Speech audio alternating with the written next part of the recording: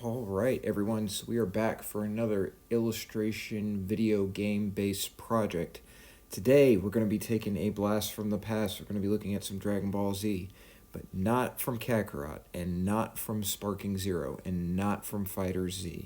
We're going to be taking a look at one of my favorite forms of my favorite characters from one of my favorite childhood games. So the character that we're going to be looking at is Super Saiyan 3 Goku. So I thought of this when a lot of the graphics for Sparking Zero were being discussed and talked about how they were being overhauled. They looked one way in the original trailer. By the time the finished product came out, the images looked pretty significantly different to me. Super Saiyan 3 has always been one of my favorite designs, going back especially to the old Fusion Reborn OVA anime movie.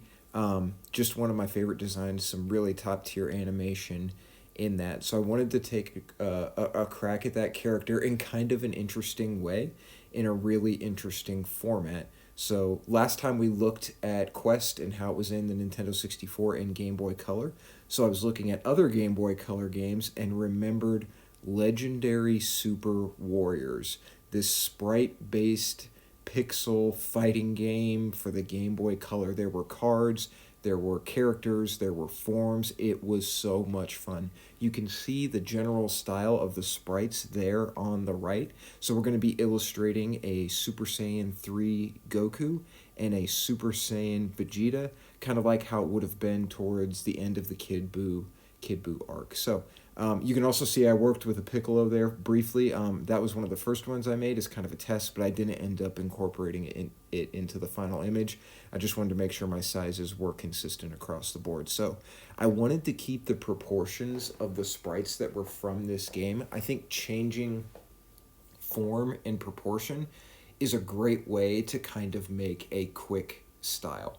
There are some traits that make the characters, the way that they are, but you can change proportion and relative in universe, and then you come up with a style of your own pretty quickly. So with Super Saiyan 3, the things that I focused on were the obviously the giant spiky hair and the complete lack of eyebrows, which I find very interesting for that one.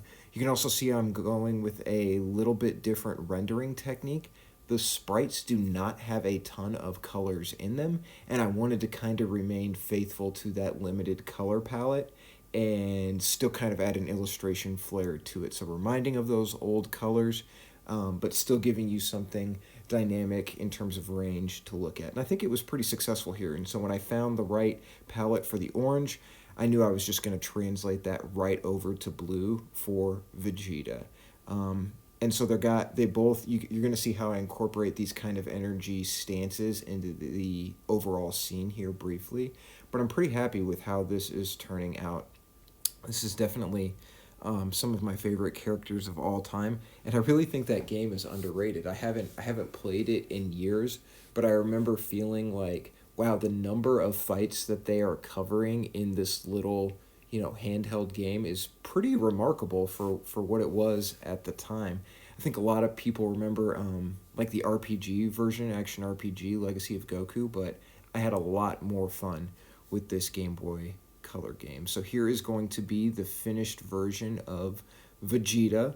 Again, when I found the way that I wanted to do the orange, it made it very simple to translate that right over to blue.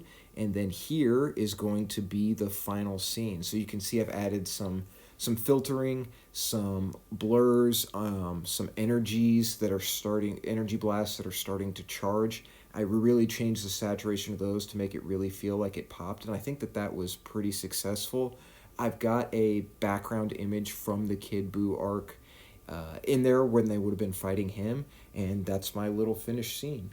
Highly recommend you check out the game, and thanks for tuning in to this video. We'll see you in the next one.